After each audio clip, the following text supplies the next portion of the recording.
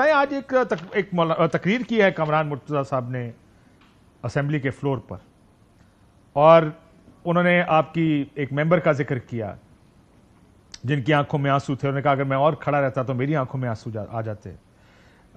धमकाया जा रहा है। ये क्या इसका मतलब ये अखज़ किया जाए कि अगर JUIF के लोगों को धमकाया जा रहा है, मैं तो जानता हूं आपके कुछ लोग टूट भी चुके हैं, अगर आप मुझसे जरा ज्यादा अकेले में बात करेंगे तो मैं आपको बता भी दूंगा। प्रॉब्लम यह है कि क्या मौलाना साहब की तैयारी ना होने की सूरत में भी तरमीम की तैयारी की जा रही है आप लोगों को धमका के, आपके लोगों को धमका के? आपको लगता है कि कम वक्त में जो मर्जी हो जाए ये तरमीम होनी है, आप हुए साथ तो ठीक, नहीं तो आप ही के बंदे तोड़ के तरमीम हो जाएगी?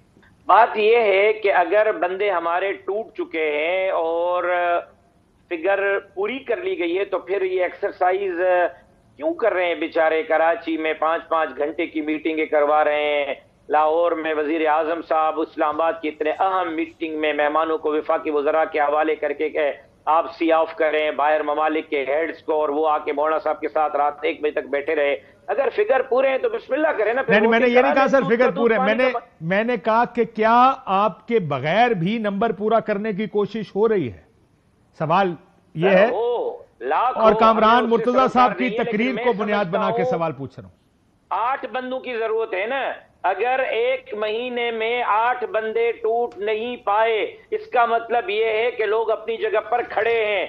8 बंदे तोड़ना, जो लोग कहते हैं कि हमारे लिए मुश्किल नहीं है, धमकियां, पैसों की लालच, ये पाकिस्तान में पहले भी चलता रहा है। आपको नहीं पता कि एक मेंबर किसी पार्टी का बलूचिस्तान असेंबली में नहीं था, 2 सेनेटर लेकर पहुंच गई वो पार्टी सेनेट ऑफ पाकिस्तान में। आपको नहीं पता कि क्या हुआ चेयरमैन सेनेट के इलेक्शन के मामले पे अक्सरियत किसके पास थी और अकलियत में कैसे तब्दील हो गई? ये पाकिस्तान में होता रहा है। सर मैंने 8 फरवरी भी देखा इसी मुल्क में।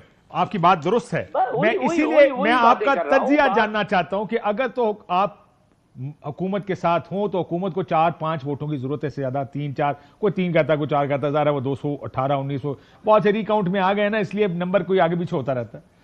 तो अगर आपके लोग भी, और ANP वालों ने भी तकरीर किया, अजय वली ने, और PTI के लोग कंप्लेन कर रहे हैं। कल रात को एक ट्वीट आया मेहरबानो कुरैशी का कि शाह महमूद कुरैशी की बहू को, यानी जैन कुरैशी की बेगम साहिबा को उठा लिया रात को। सो अगर ये इतने बड़े पैमाने पे हो रहा है, इसका मतलब आपके बगैर भी ये तैयारी हो रही है कि अगर आप ना हुए तो 8-10 वोट भी पूरे करने हैं फिर? जी हाँ, कोशिशें जारी हैं, लेकिन अभी तक नाकाम हुए हैं। सिर्फ धमकियां नहीं, पैसों का बाजार भी गर्म है। आज की रिपोर्टें हैं 70 करोड़ की आवाज सुन रहा हूं मैं मार्केट में। नहीं, उससे ऊपर की है। अब 70 करोड़ की तो पिछले हफ्ते तक थी, अब हम तक इत्तलात ये है कि बात अरबों में पहुंच गई है।